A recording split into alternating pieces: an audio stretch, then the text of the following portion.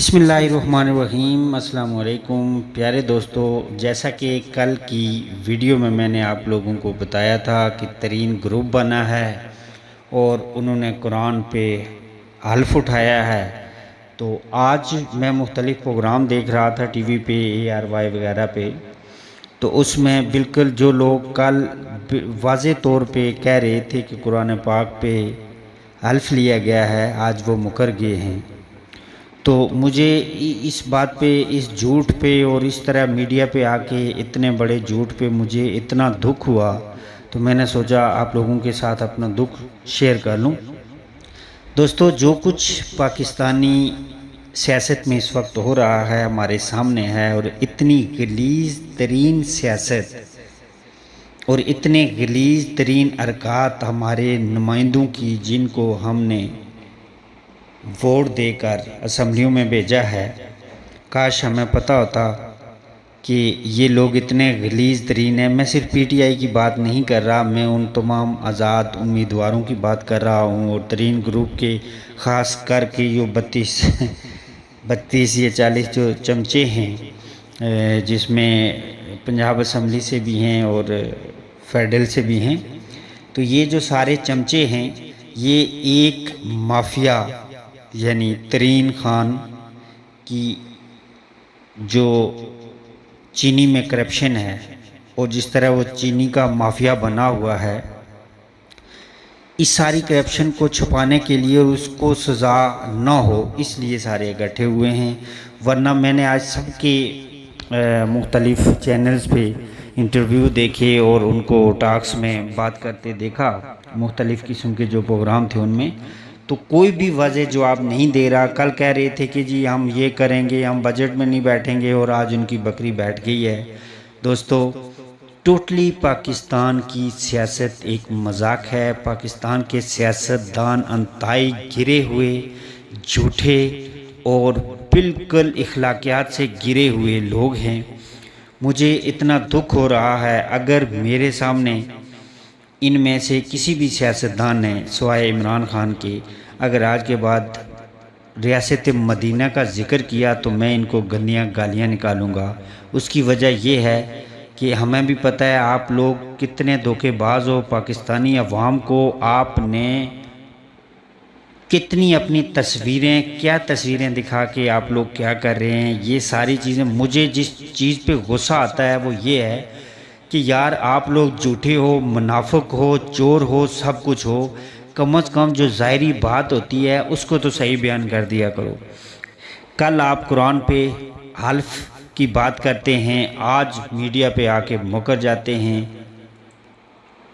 अब कोई भी पाकिस्तानी जो हमारी खबरों पे, टॉक शोज़ पे या सियासत पे नज़र रखता है, वो बेचारा तो ये सोचता होगा कि हमने किन लोगों को असम्बलियों में पहुँचाया है, जिन चोर और डाकुओं को हमने असम्बलियों में पहुँचाया है।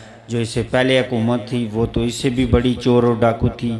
फ़र्क सिर्फ ये था कि उनका लीडर भी करप्ट था, और अभी जो लीडर पाकिस्तान का है, मैं अपना लीडर भी उसे मानता हूँ, लेकिन मैं PTI को नहीं मानता, क्योंकि PTI में 90% लोग जो हैं वो चोर, डाकू और अंतहाई बेईमान और अंतहाई गलीज़ किस्म के लोग हैं। एक इमरान खान है जो पाकिस्तान को ठीक करना चाह रहा है। मैं किसी सियासी बलबूते पर ये बात नहीं कर रहा, बल्कि मैं इसलिए कर रहा हूँ कि इमरान खान का कोई भी कदम ऐसा नहीं है जो उसकी ज़ात को फ़ायदा दे, बल्कि वो पाकिस्तान के लिए ही कर रहे हैं।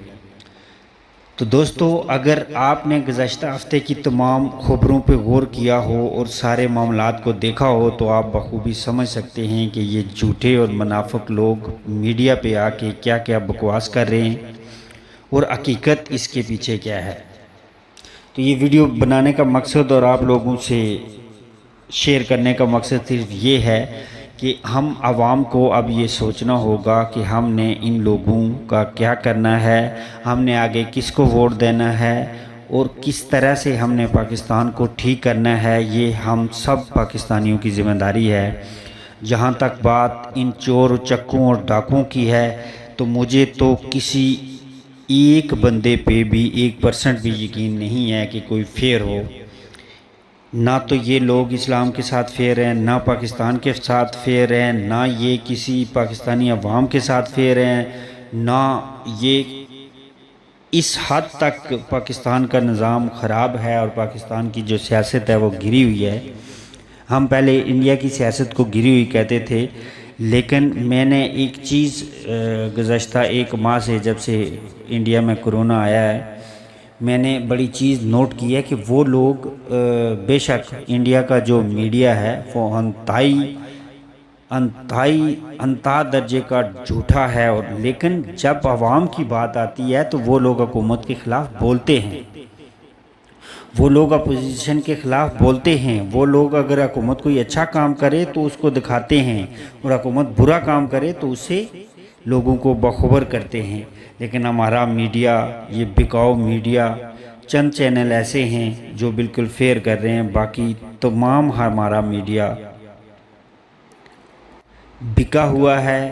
پیسے لے کے یہ لوگ پلانٹڈ پروگرام کرتے ہیں، ساری جو ڈیبیٹس ہیں وہ طے شدہ ہوتی ہیں، طے شدہ سوال ہوتے ہیں۔ اس لیے پاکستانیوں، ان کی باتوں میں آپ لوگوں نے نہیں آنا۔ اللہ کرے عمران خان کے ہاتھ کھل جائیں۔ میں تو عمران خان کو مشورہ دوں گا کہ وہ صدارتی نظام کو اپنائیں اور ان سارے چور چکوں کو اپنی پارٹی سمیت، پی ٹی آئی کا جو رکن چور ہے اس کو نون لیگ کے چور سے زیادہ سزا ملنی چاہیے، کیونکہ ان لوگوں نے ریاست مدینہ کا نعرہ لگایا تھا اور ریاست مدینہ کے الٹ چل رہے ہیں۔ دوسری جو اہم بات ہے وہ رنگ روڈ کی ہے۔ رنگ روڈ والے معاملے میں اور چینی والے معاملے میں، یہ 2 ایسے معاملے ہیں، ان دونوں معاملوں کو لے کے عمران خان کو ڈنڈا اٹھا لینا چاہیے، چاہے ترین ہے چاہے کوئی اور بندہ ہے۔ جو پاکستانی عوام اور پاکستانی کسانوں کا حق کھانے والا ہے اس کو سزا ملنی چاہیے، چاہے میں ہوں، چاہے عوام میں سے کوئی بندہ ہے، چاہے ترین ہے، چاہے عمران خان ہے، چاہے نواز شریف ہے، یا کوئی اور ہے، یا ہمارے ججز ہیں۔ جو بندہ بال برابر بھی پاکستان کا نقصان کرے گا اس کو سزا ملنی چاہیے۔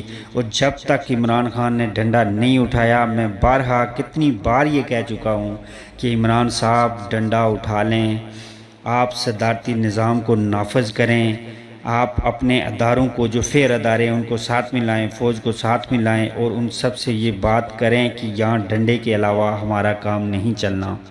خدا را پاکستان پر رحم کریں، اور میری پاکستانیوں سے اپیل ہے، خدا را ان لوگوں کا ساتھ دیں جو پاکستان کے ساتھ فیئر ہیں۔ اپنی رشتہ داری کے بل بوتے پر یا اپنی سیاسی جو وابستگی ہے اس کے بل بوتے پر آپ کسی کا ساتھ نہ دیں، پاکستان کا ساتھ دیں، اسلام کا ساتھ دیں۔ اور سب سے اینڈ پہ جو بات میں کہنا چاہوں گا وہ فلسطین کی ہے۔ دنیا کو آپ لوگوں نے دیکھ لیا کہ اس ٹائم دنیا میں کتنی منافقت ہے اور لوگ کس طرح بے حس ہو چکے ہیں۔ ہمیں فلسطین کے اپنے ماؤں بہنوں اور بچوں کو خیال رکھنا ہے، اور ساتھ ساتھ اپنے پاکستان کا بھی، اس امید کے ساتھ کہ انشاءاللہ ہم سارے یکجا ہو کر فلسطین کے معاملے پر اپنے فلسطینی بہن بھائیوں کا ساتھ دیں گے، اور ساتھ ساتھ پاکستان کے ان غلیظ اور گندے سیاستدانوں کو بھی یہاں سے دفع کر کے ریاست مدینہ بنائیں گے انشاءاللہ۔ اپنا بہت خیال رکھیے گا۔ آگے پھر کسی نئے موضوع کے ساتھ آپ کی خدمت میں حاضر ہوں گا۔ اللہ حافظ۔